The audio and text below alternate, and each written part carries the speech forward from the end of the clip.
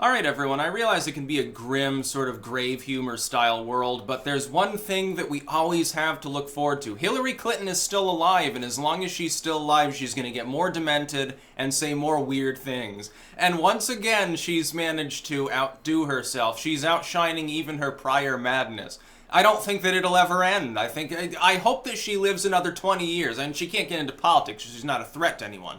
I hope she lives another 20, 30 fucking years. I hope she gets to 100. Just so that we can keep getting these sorts of gems. She's talking to the Yale crowd at their commencement speech. Oh, congrats, and graduating from Yale, you know, basically George W. Bush, the university. How prestigious.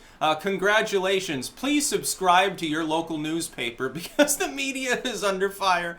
She's trying to prop up the newsprint media, and it's like, okay, the legacy media is cable. They're like Neanderthals in the age of flight. You're talking about literally the mollusk media. I had one subscriber mention that as a funny alternative to legacy media. Yeah, that makes sense. Like, they're way, way less evolved than even the cable news media is.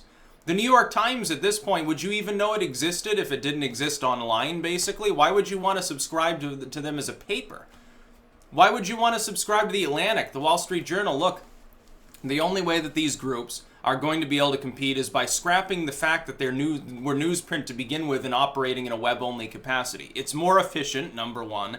It's cheaper and potentially reaches a lot more people. And number two, they spend all their time trying to suppress the alt media online anyway. Well, they want to do that. They're going to have to focus more on that fight. Because right now, we're winning. We're the ones winning hearts and minds. Our audiences are skyrocketing.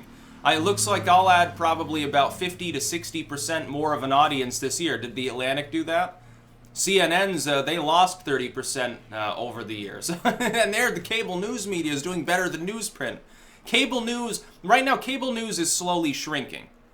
Because the Gen X audience has started gravitating away from it. Like, TV's not what it was in the 90s or something like the 80s or something.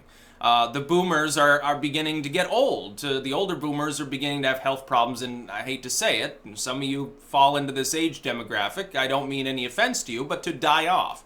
Just because of aging. That's just sort of how it happens. The boomers had propped up cable for 30 years. They're beginning to slowly die off. In their situation, though, they can survive for some decades to come because they can cannibalize one another.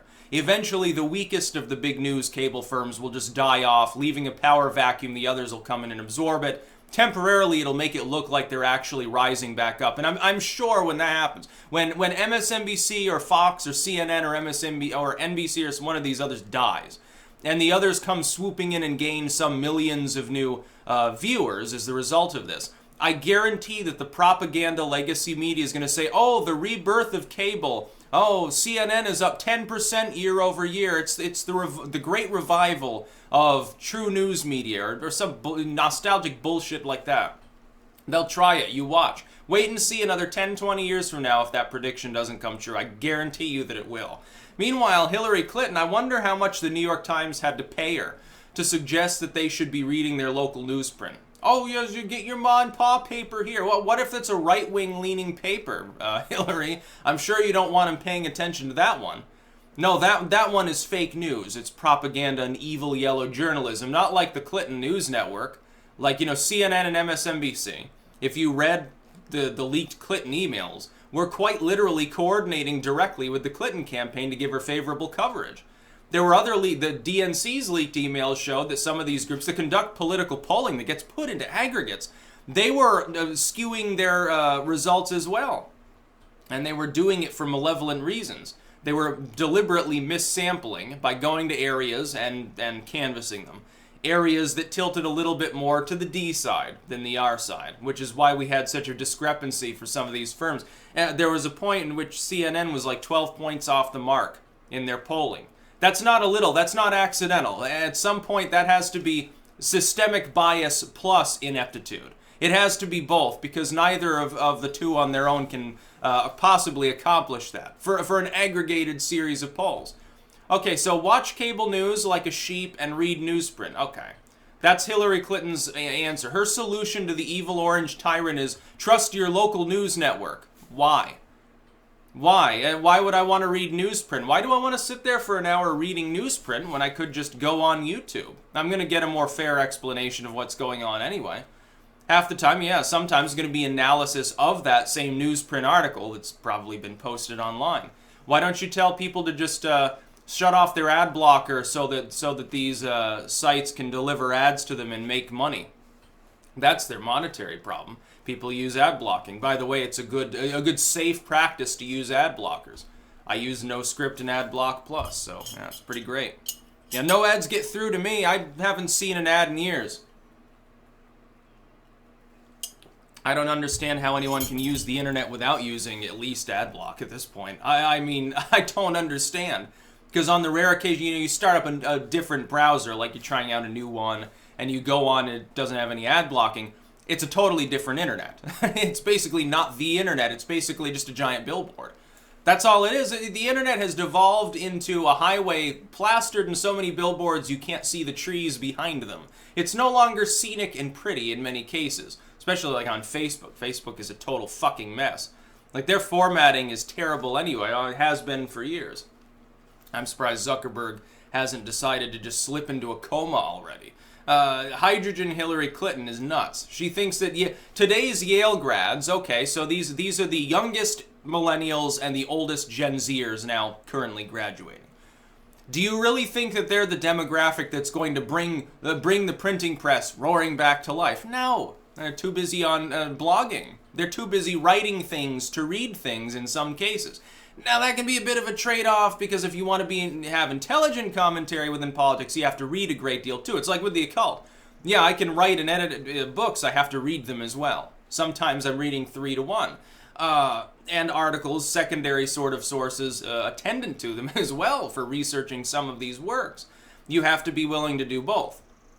But newsprint's not the place to go for your reading. It's not going to be fun. It's very dry and talentless. That's why it's dying. It's no longer interesting to people. It's not, 1900 and all the old dudes sit around on the corner and one of them buys a newspaper and they all sit there reading it together and debating like a Greek council. Yeah, that you hear, like my grandpa used to talk about that back in the Depression era, apparently, and people would get together and do that. It was sort of a weekly community activity. Because you realize 6 days a week, all you're doing is plowing your field, or rough carpentry, or masonry or something. You're fucking exhausted. On that extra day after you've gone to church, you're reading the paper, I suppose. It's just what they did, and they'd sit there drinking coffee and probably a little bit of a tipple on the side, and that was how it worked. It's not that era anymore. Stop being nostalgic. Like Hillary Clinton dates to a time in which newsprint was still extremely relevant. There was no internet. Hell, until the 90s, you don't have home internet until, I believe, wasn't it 1994 that sort of emerges into the world scene? Internet, I mean, being available to the public. It's another 10 years after that before it becomes widespread. You have to wait till the mid-2000s. We're talking about ancient history. We're talking about 10 years ago. A lot of people in the lower echelon society still didn't have home internet. I didn't get home internet till 2007. I didn't have the inclination to. Actually, I was kind of uninterested in the internet for a long time. There almost wasn't a Styx-Hexenhammer, believe it or not.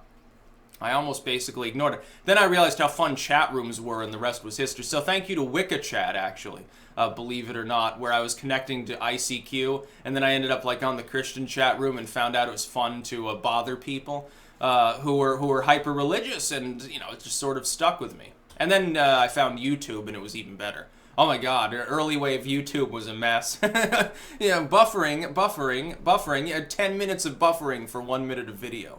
Yeah, and you think you have it hard on today's YouTube. No, today's YouTube's way, way better than it was 10 years ago. In most measures. Yeah, there are a few quirks. Hopefully they'll work themselves out. Hillary Clinton, though, I mean, maybe this is a sign that she's just inept. She doesn't like electronic devices. We already know that because they've caused problems for her multiple times and caused problems for the Democratic Party. Because the Democrats at this point, they're the outdated, older party. The Republicans are the young, hip party for the first time since the Ronald Reagan era. It's actually hilarious.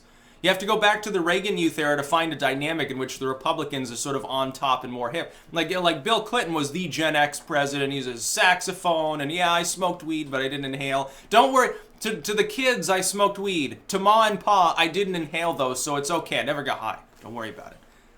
Then Obama came along, millennial president. He's like, oh yeah, trust me, I inhaled plenty. There's a little bit more honesty, at least there, which is really funny to put honest and Obama in the same sentence. Hillary Clinton wants people to use Newsprint because that's all she feels comfortable using. She doesn't want to use email anymore. It causes her too many problems. Instant Messenger, oh my God. Facebook escapes me, says Hillary Clinton. Pokemon, go to the polls. Very, very hip. Yeah, hip as in broke a hip. That's about all. Peace out.